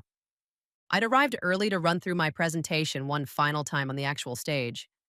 Standing at the podium, looking out at rows of empty seats that would soon hold some of the most influential people in the startup ecosystem, I felt a familiar mix of nerves and determination. This was my 4 minutes to distill everything I'd learned about cybersecurity, small business needs, and entrepreneurship into a story that would convince strangers to bet money on my vision. The other 29 companies in my cohort were scattered around the venue, some rehearsing quietly in corners, others engaging in animated conversations with their mentors and coaches. I recognized the energy from my military days, the focused intensity that precedes any high stakes mission, where preparation meets opportunity and outcomes are determined by performance under pressure. Rebecca found me backstage 30 minutes before the presentations began. "How are you feeling?" "Ready," I said, and realized I meant it. Whatever happens today, I know I've built something that works and that people need. The rest is just communication. That's exactly the right mindset. Remember, you're not trying to convince people to like you, you're trying to help them understand a business opportunity. Stay focused on the facts and let the data tell the story. The presentations began with companies from the consumer technology track, mobile apps, e commerce platforms, social media tools. I watched from the wings as entrepreneur after entrepreneur took the stage, each delivering polished 4-minute pitches that had been refined through weeks of practice and feedback. The quality was consistently high, but so was the competition. Every company had traction, every founder had compelling credentials, every business model addressed a significant market opportunity. My slot was 15th out of 30, positioned in the middle of the enterprise technology section. As the companies before me presented their solutions for marketing automation, HR management, and supply chain optimization, I reviewed my opening lines one final time. "Ladies and gentlemen, Sarah Martinez, founder of ShieldNet." I walked to center stage and looked out at an audience of about 200 people, their faces lit by the glow of laptops and phones as they took notes and evaluated investment opportunities. In the front rows, I could see representatives from venture capital firms whose names I recognized from TechCrunch articles and startup success stories.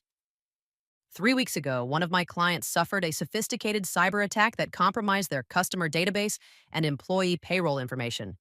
This attack would have succeeded against any security system currently on the market, but here's what made the difference. My software gave them complete visibility into what happened, when it happened, and how to respond effectively. I had their attention immediately. Leading with the Pinnacle incident was risky, but it accomplished exactly what Rebecca and I had hoped. It established real world credibility and differentiated ShieldNet from companies that only talked about theoretical capabilities. Small businesses are under constant cyber attack, but they can't afford the enterprise security solutions that large corporations use. Existing options are either too expensive, too complicated, or too simplistic to be effective. ShieldNet provides automated threat detection and response capabilities designed specifically for companies with fewer than 50 employees. I walk them through the core functionality, showing screenshots of the monitoring dashboard and explaining how the machine learning algorithms adapted to each business's normal patterns. But instead of focusing on technical features, I emphasized business outcomes: prevented attacks, reduced downtime, compliance with insurance requirements, peace of mind for business owners. In the past 6 months, I've deployed ShieldNet in 12 businesses across 5 different industries. These clients have experienced zero successful attacks, and the software has prevented an average of 4 security incidents per month per customer. Total customer acquisition cost is under $200. Monthly recurring revenue per customer averages $120, and customer retention rate is 100%. The numbers were solid, but what made them compelling was the context I'd established with the Pinnacle story. These weren't theoretical projections, they were results achieved in real business environments against actual threats. The market opportunity is significant. There are over 30 million small businesses in the United States, and cyber crime damages are projected to reach $6 trillion globally by 2025. Most of that damage will impact smaller companies that lack adequate security infrastructure. I moved into the competitive landscape, acknowledging the major players in enterprise cybersecurity while explaining why their solutions didn't address small business needs. Then I outlined ShieldNet's go to market strategy, focusing on the channel partnerships and referral programs that had already begun generating consistent customer acquisition. I'm raising $800,000 in seed funding to scale customer acquisition, build out our technical team, and expand our product capabilities. With this funding, we project reaching 1,000 customers and $2 million in annual recurring revenue within 18 months, As I delivered my closing lines, I felt the same clarity I'd experienced during critical moments in Afghanistan: complete focus on the mission, confidence in my preparation, and acceptance that outcomes would be determined by execution rather than anxiety. ShieldNet is protecting small businesses today, and we're ready to scale that protection to thousands of companies that currently have no viable cybersecurity options. Thank you. The applause was polite but sustained, and I caught Rebecca nodding approvingly from the side of the stage. More importantly, I noticed several investors making notes and flagging my company information for follow up conversations. The networking session began immediately after the presentations concluded. Companies set up stations in the theater lobby, and investors circulated with the focused efficiency of people who'd seen hundreds of pitches and knew exactly what questions to ask. Within minutes of reaching my station, I was deep in conversation with David Park from Foundry Group, a Boulder based venture capital firm that specialized in early stage technology companies. The Pinnacle incident was interesting, he said without preamble.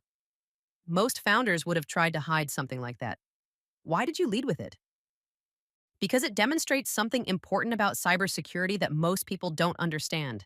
Perfect prevention isn't possible, especially against sophisticated attackers. What matters is detection speed, response quality, and recovery effectiveness. That incident proved ShieldNet delivers on all three. Walk me through your customer acquisition strategy. 12 customers is impressive traction, but how do you get to 1,000?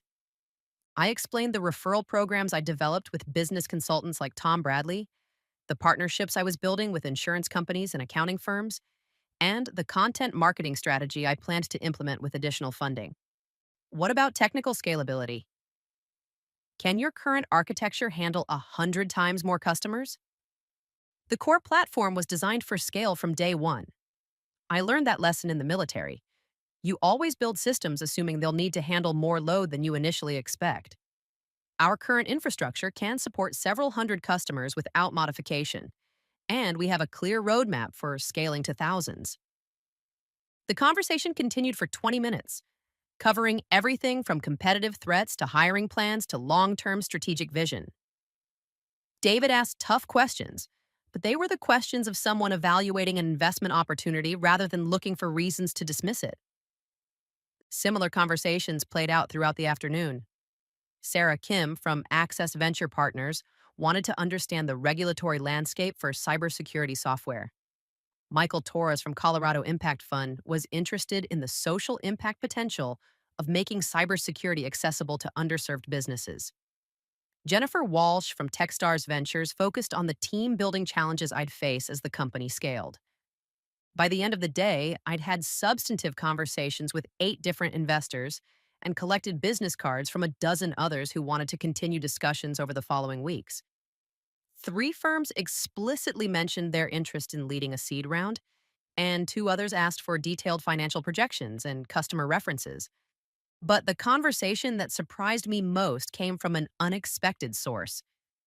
As I was packing up my materials at the end of the networking session, a woman in her 50s approached my station with a confidence that suggested she wasn't just another investor.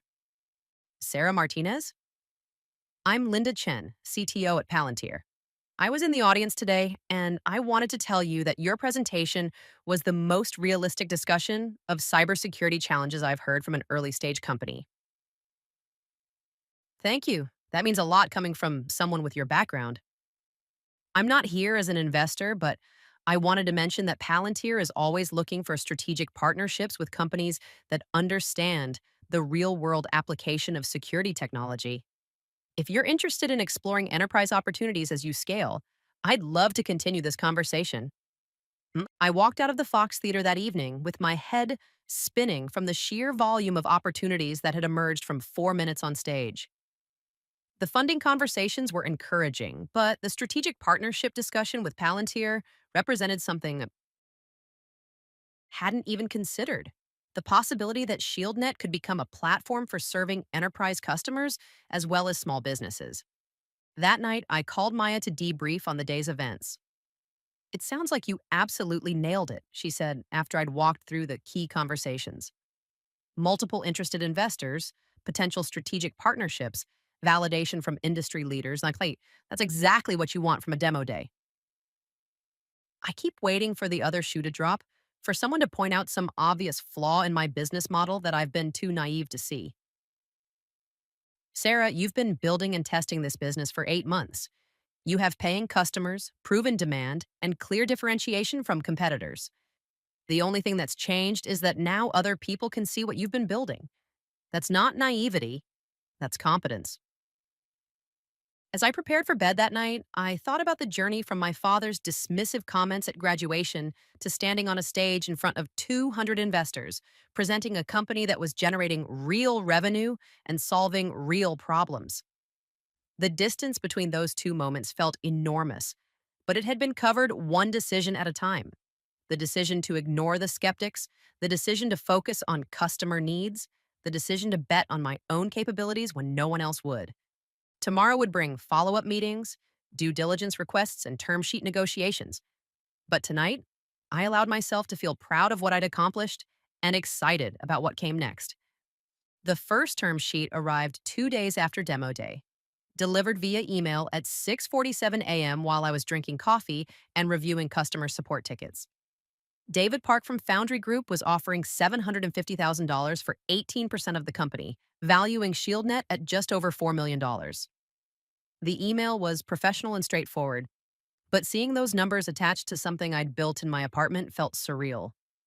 I forwarded the term sheet to Rebecca immediately, knowing I needed experienced guidance to evaluate what was essentially the first major financial decision of my entrepreneurial career. We met that afternoon at a coffee shop near the Techstars office, spreading the documents across a small table while she walked me through each provision. This is a solid offer, she said, pointing to the valuation section. 4.2 million pre-money is fair for a company at your stage with your traction. The liquidation preferences are standard, and they're not asking for unusual board control or veto rights. But but you should wait to see what other offers materialize before making any decisions. Sarah Kim from Access mentioned she was preparing a term sheet and you had good conversations with several other firms. This is a competitive situation which gives you leverage.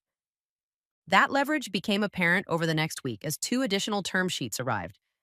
Access Venture Partners offered $800,000 for 16%, valuing the company higher but requiring a faster timeline for deploying the capital.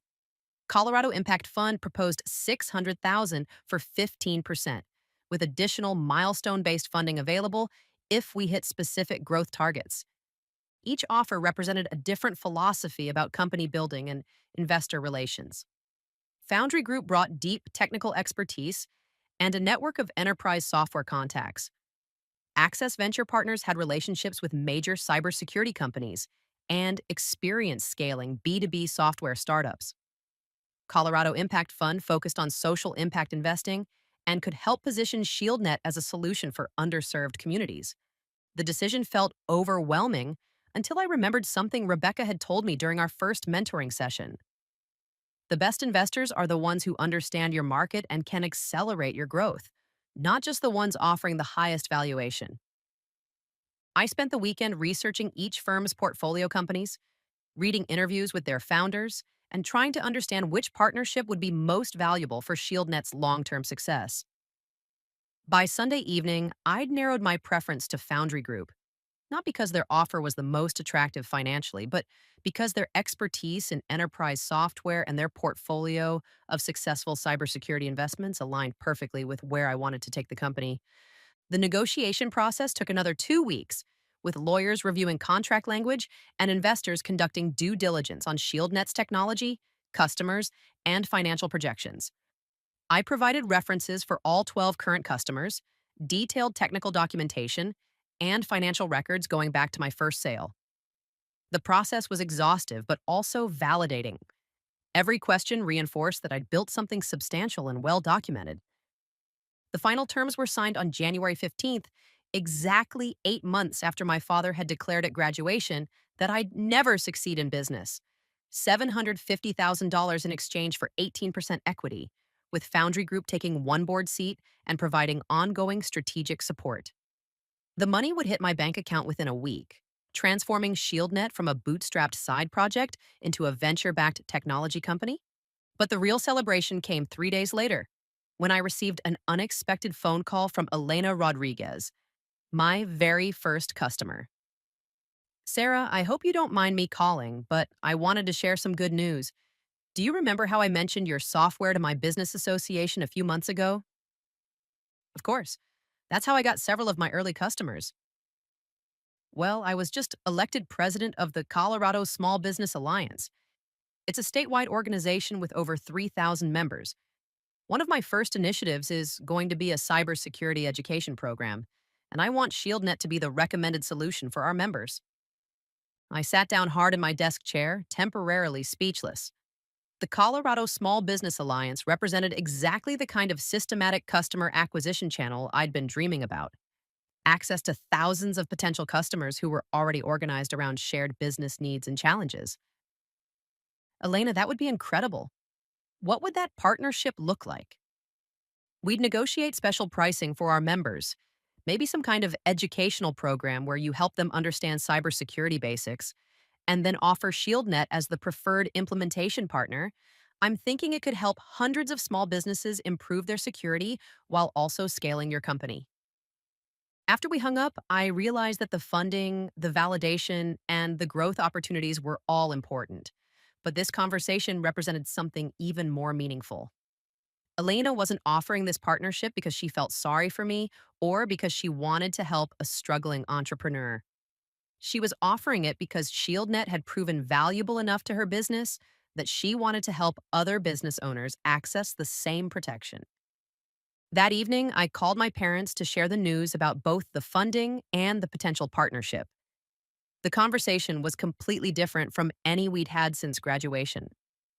Sarah, this is incredible, my father said, his voice carrying a pride I hadn't heard since my deployment ceremony. I have to admit I didn't understand what you were building, but it sounds like you really knew what you were doing. The funding is great, my mother added, but what really impresses me is that your customers trust you enough to recommend you to their friends and colleagues. That says something about the quality of what you've built. Thanks, Mom. That means a lot. We owe you an apology, my father continued. At graduation, we thought we were protecting you from failure, but we were really protecting ourselves from uncertainty. We didn't understand your industry or your capabilities, and instead of admitting that, we projected our fears onto your dreams. The conversation continued for another hour, covering everything from my hiring plans to my long-term vision for the company. For the first time since college, I felt like my parents saw me as a competent adult whose judgment they respected, rather than a naive idealist who needed their guidance. But the most satisfying moment came the next morning, when Carlos called me directly.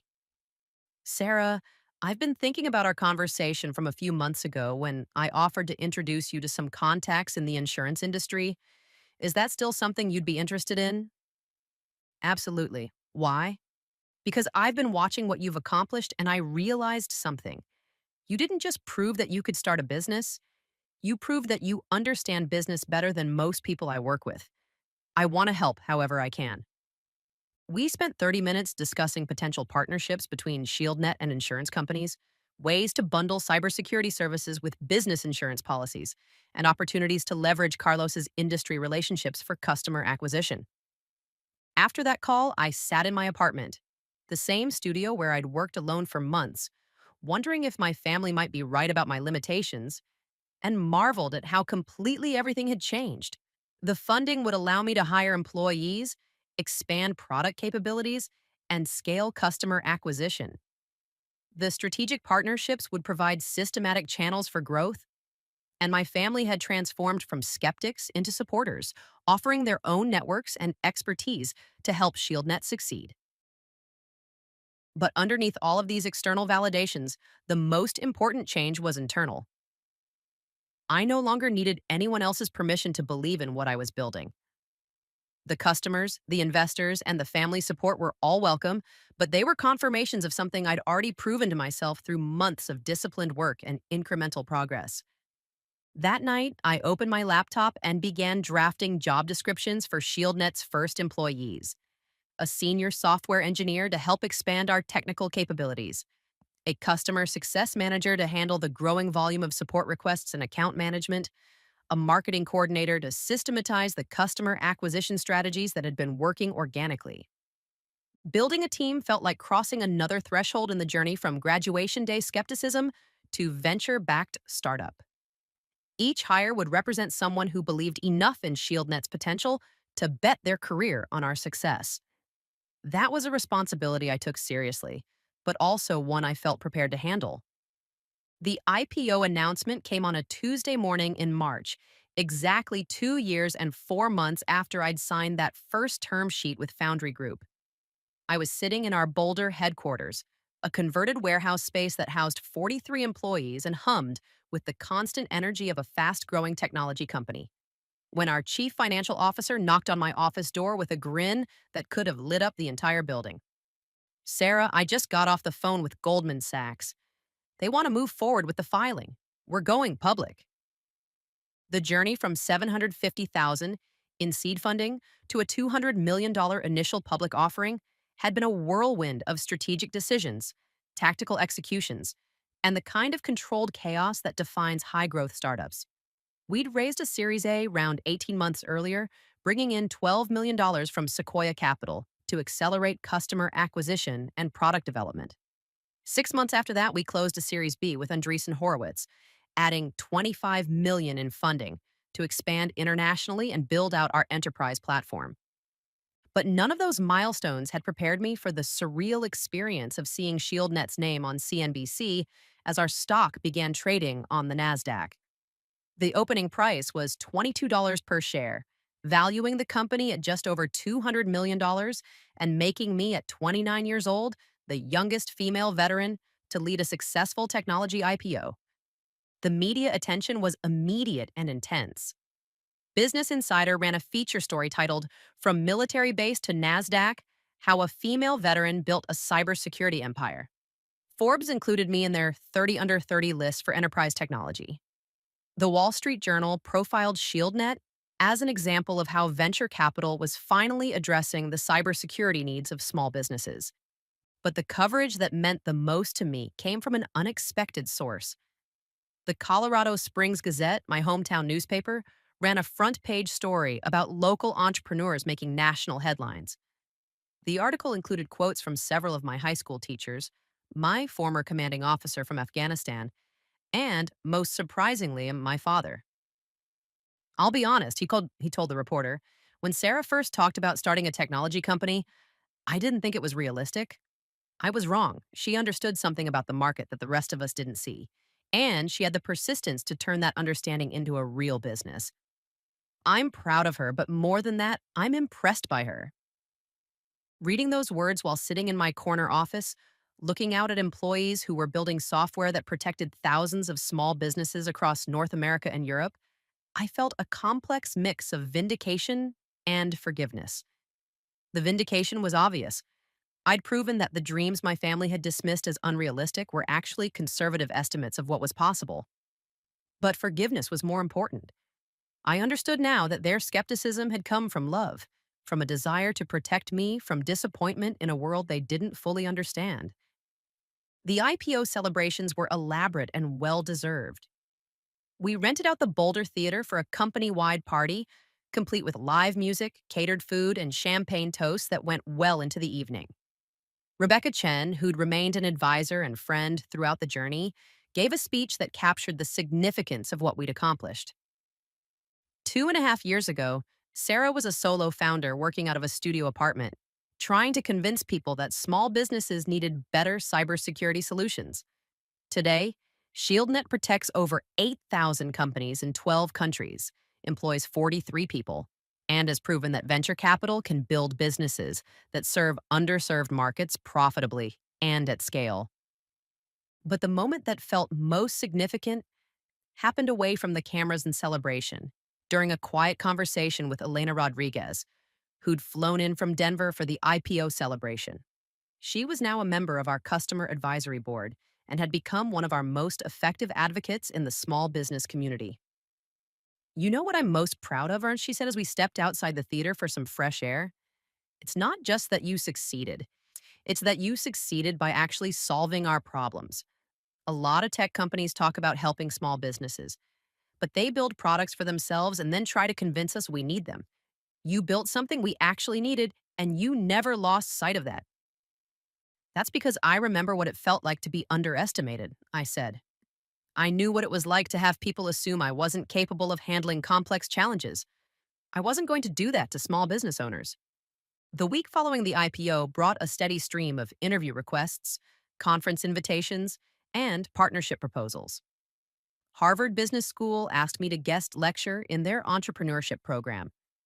The Pentagon invited me to speak at a conference on veteran entrepreneurship.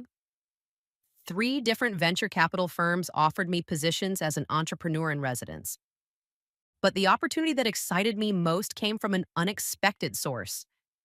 Jennifer Chen, the CTO from Palantir, who'd approached me after Demo Day 2 years earlier, called to propose a strategic partnership that could transform ShieldNet's enterprise capabilities. We've been watching your growth trajectory, Caro, she said, and we think there's an opportunity to integrate ShieldNet's small business platform with our enterprise security infrastructure.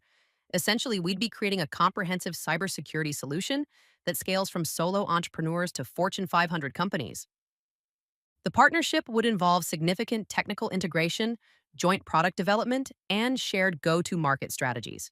More importantly, it would position ShieldNet as a major player in the broader cybersecurity industry rather than just a small business solution provider. As I considered the proposal, I realized that the IPO wasn't an ending. It was the beginning of an entirely new phase of growth and opportunity. We'd proven that ShieldNet could build a sustainable business serving small companies. Now we had the resources and credibility to expand that mission to organizations of every size. That evening, I called my parents to share the news about the Palantir partnership and to thank them for their support throughout the journey. The conversation was warm and proud, but also touched with amazement at how far we'd all come from that graduation day 2.5 years earlier. You know what I learned from all this? My father said near the end of our call. I learned that there's a difference between being practical and being limited. I thought I was teaching you to be practical, but I was really teaching you to be limited. I'm glad you didn't listen. I needed to hear your concerns, I said. They helped me understand what I was up against and what I needed to prove, but I also needed to trust my own judgment about what was possible. After we hung up, I opened my laptop and began drafting an email to Jennifer Chen, accepting the partnership proposal and outlining next steps for integration planning. As I wrote, I could hear the voices of my 43 employees working late in the office around me, building features and serving customers, and expanding the capabilities of a platform that had started as a class project in my college dorm room. The journey from graduation day skepticism to NASDAQ IPO had taught me something important about the relationship between ambition and achievement. Dreams aren't made real by avoiding risk or seeking approval from people who don't understand your vision. They're made real by focusing on problems worth solving, building solutions that actually work, and persisting through the inevitable challenges that separate ideas from execution. Tomorrow would bring new challenges, new opportunities, and new ways to expand ShieldNet's impact on the cybersecurity landscape. But tonight, I allowed myself to feel proud of what we'd accomplished and excited about what came next. The press conference was scheduled for 10 a.m. in our main conference room, which we'd hastily converted into a media center with proper lighting and ShieldNet banners. Representatives from TechCrunch, Forbes, the Wall Street Journal, and several cybersecurity trade publications had gathered to hear about our partnership with Palantir and our expansion into enterprise markets. I stood at the podium, looking out at journalists and cameras, remembering the last time I'd faced this kind of scrutiny, Demo Day at Techstars, when everything had felt uncertain and provisional. Today marks a significant milestone, not just for ShieldNet, but for how we think about cybersecurity across different market segments, and I began. Small businesses and large enterprises face fundamentally similar threats, but they've been served by completely different solutions. Our partnership with Palantir allows us to create a unified platform that scales protection from solo entrepreneurs to multinational corporations. The questions came immediately, ranging from technical integration challenges to market competition to long-term strategic vision. One journalist from Cybersecurity Weekly asked about our approach to competing with established enterprise security vendors. We're not trying to replace existing enterprise solutions, I explained.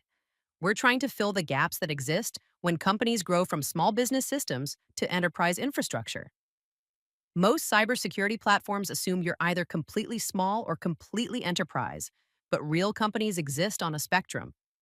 Our partnership with Palantir allows us to serve that entire spectrum seamlessly. After the press conference, I retreated to my office to process the magnitude of what we'd just announced publicly.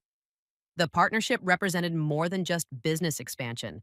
It was validation that the approach we developed for small businesses could scale to address enterprise needs as well. More personally, it confirmed that the quiet confidence I'd developed in my own judgment over the past 2 years was justified. Maya called while I was reviewing partnership integration timelines, her voice carrying the excitement I'd come to associate with major breakthrough moments. Sarah, I just saw the TechCrunch article about the Palantir partnership. This is incredible. You're basically creating a new category in cybersecurity. It feels surreal, I admitted. 2 years ago, I was trying to convince investors that small businesses needed better security solutions. Now we're partnering with one of the most sophisticated security companies in the world to serve enterprise customers. What's next? I looked out my office window at the Boulder Flatirons, thinking about the trajectory we'd established and the opportunities that were emerging. International expansion, deeper AI integration, maybe acquisition of complementary technologies. The IPO gave us the resources to think bigger than we've ever been able to think before.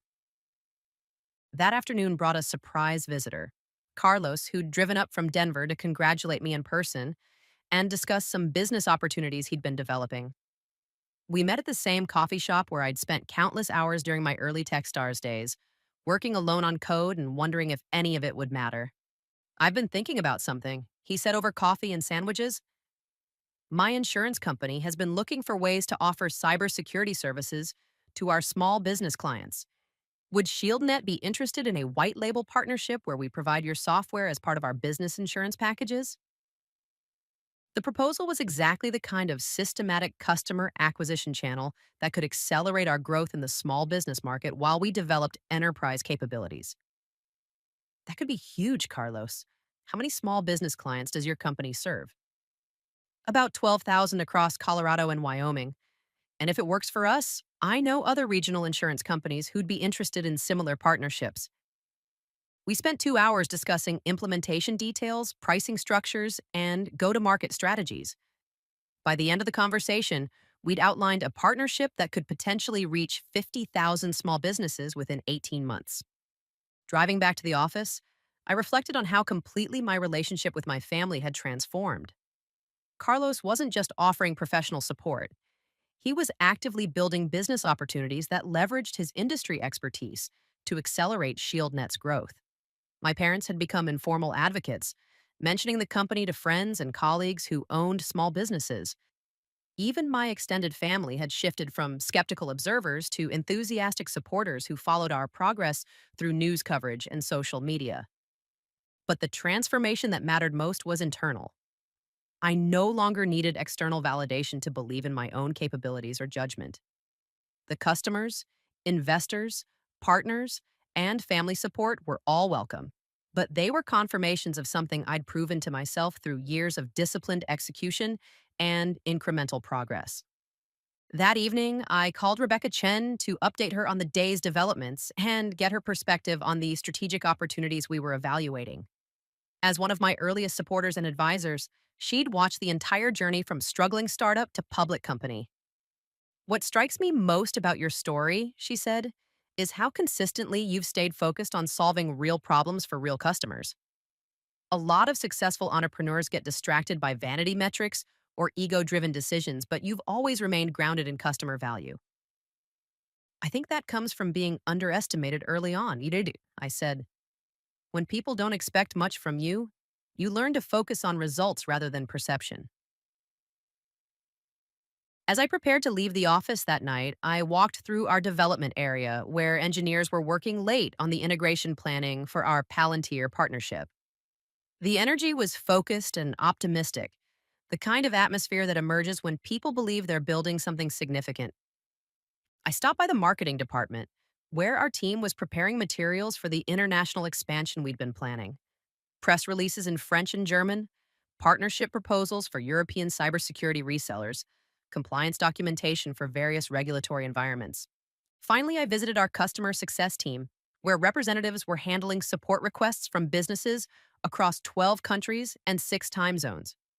These conversations, troubleshooting technical issues, explaining new features, helping customers respond to security incidents, represented the core of what ShieldNet had always been about.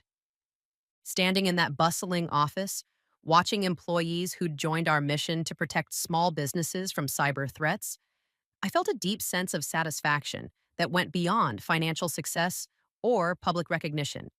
We'd built something that mattered, something that made the world safer for entrepreneurs and small business owners who were trying to build their own dreams.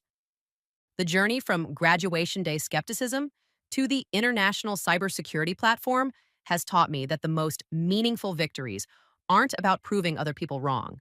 They're about proving yourself right when it matters most. The call came while I was reviewing quarterly reports in my office, exactly 3 years to the day after my graduation ceremony. My assistant knocked and said my father was on the line, which was unusual. He typically called my cell phone, and rarely during business hours. "Sarah, I hope I'm not interrupting anything important," he said, his voice carrying a formality that suggested this wasn't a casual conversation. "Not at all, Dad. What's going on?" "I'm calling because I owe you something. An apology, yes, but more than that. I owe you an acknowledgement of just how wrong I was, and how right you were about what you could accomplish." I leaned back in my chair, looking out at the Boulder skyline through floor to ceiling windows that would have been unimaginable 3 years ago when I was working from my studio apartment. "Dad, we've talked about this. You were trying to protect me." "No, let me finish. I've been thinking about this for months, ever since I saw you on CNBC talking about the IPO. It wasn't just that I underestimated your capabilities, I fundamentally misunderstood what success looks like in your generation and your industry." He paused, and I could hear him choosing his words carefully. "I thought success meant finding a stable job, working your way up slowly, avoiding risks that could derail your career. But you understood something I didn't, that the biggest risk was playing it safe in a world that rewards innovation and bold thinking. The construction industry has taught me to value predictability," he continued. "You build according to established plans, you follow proven methods, you minimize variables that could cause problems. But technology doesn't work that way, does it? In your world, you have to bet on ideas that haven't been proven yet." I felt my throat tighten with unexpected emotion. This wasn't just an apology. It was my father grappling with fundamental questions about risk, ambition, and what constituted wise decision making in a rapidly changing economy. "The thing is, Dad, I learned some of that caution from you. It's what made me focus on solving real customer problems instead of just building cool technology. It's what made me bootstrap the business until I had proven demand. The military taught me discipline, but you taught me the importance of building something solid." "Maybe that's true," he said. "But I also tried to talk you out of the biggest opportunity of your life because I couldn't see past my own limitations." That afternoon, I drove down to Denver for dinner with my parents at the same restaurant where we'd had that painful conversation the night before graduation. The contrast was jarring. 3 years ago, I'd sat at this table listening to my father explain why my business dreams were unrealistic. Now I was sitting at the same table as the CEO of a publicly traded company, discussing expansion plans and strategic partnerships. But the conversation that meant the most happened toward the end of the evening, when my mother pulled out her phone to show me something. "I've been keeping track of the news articles about ShieldNet," she said, scrolling through a folder of saved links. "Not just the business coverage, but the stories about the customers you've helped. There was one last month about a small veterinary clinic in Montana that prevented a ransomware attack because of your software. They would have lost years of patient records." She showed me the article, which quoted the clinic owner describing how ShieldNet had detected and blocked an attack that could have shut down her practice for weeks. Reading stories like that made me realize something important. You didn't just build a successful business, you built something that protects other people's dreams. "That's always been the point," I said. Small business owners work incredibly hard to build something meaningful. They shouldn't have to choose between cybersecurity and everything else they need to invest in. My father nodded slowly. I understand that now, and I understand why you were willing to take risks that seemed unreasonable to me. You weren't just betting on yourself, you were betting on your ability to solve problems that really mattered. The drive back to Boulder that night felt different from any drive I'd taken in years. Not because of the conversation with my parents, though that had been important, but because of the clarity it had given me about the journey I'd taken and the choices that had made it possible. The transformation from dismissed dreamer to successful entrepreneur hadn't happened because I'd ignored everyone's advice or because I'd been recklessly confident in my own abilities. It had happened because I'd learned to distinguish between useful caution and limiting fear, between practical concerns and projections of other people's insecurities.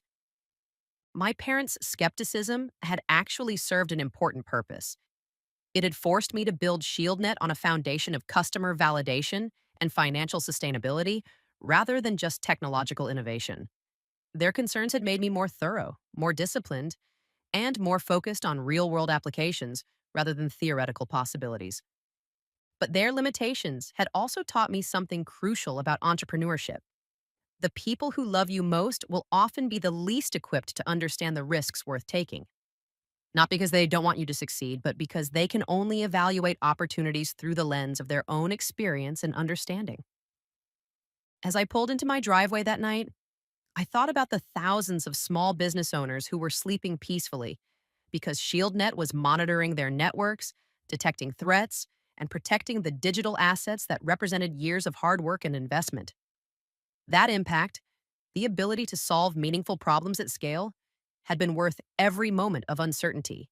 Every conversation with skeptical family members, every night spent coding alone in my apartment. Tomorrow would bring new challenges, new opportunities, and new ways to expand our impact on the cybersecurity landscape. But tonight, I felt a deep sense of completion about the journey from graduation day dismissal to IPO vindication. I'd proven to myself, to my family, and to the world that quiet determination and customer focused innovation could build something significant. Most importantly, I've learned that success isn't about proving other people wrong. It's about staying true to your own vision when the path forward isn't clear to anyone else. Sometimes the greatest victory is simply refusing to let other people's limitations become your own.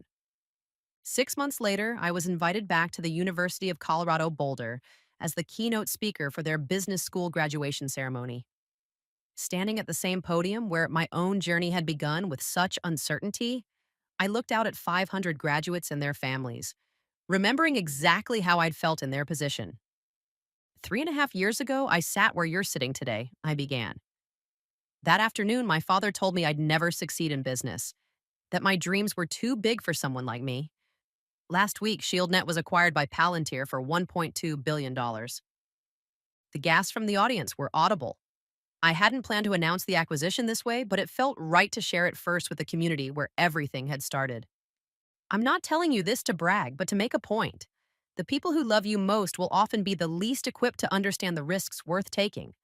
They'll project their fears onto your dreams because they can only see through the lens of their own experience. I paused, looking out at faces that reminded me of my younger self, eager, uncertain, ready to change the world, but not sure how. Your job isn't to prove them wrong. Your job is to prove yourself right. Focus on solving real problems for real people. Build something that matters. And never, ever let someone else's limitations become your own. As applause filled the auditorium, I spotted my parents in the front row, beaming with pride. My father caught my eye and mouthed, "I'm sorry." But I shook my head and mouthed back, "Thank you." His skepticism had made me stronger, more determined, more focused on building something that truly mattered. If this story resonates with you, if you've ever been told your dreams are too big, drop a comment below and share your story. What would you do if everyone around you said it was impossible? Let me know what time you're watching this and where you're from. I read every single comment. And if you want to hear more stories about overcoming doubt and building something meaningful, hit that subscribe button and ring the notification bell. Because the world needs more people who refuse to let other people's limitations define what's possible. Sometimes the best revenge is simply refusing to give up.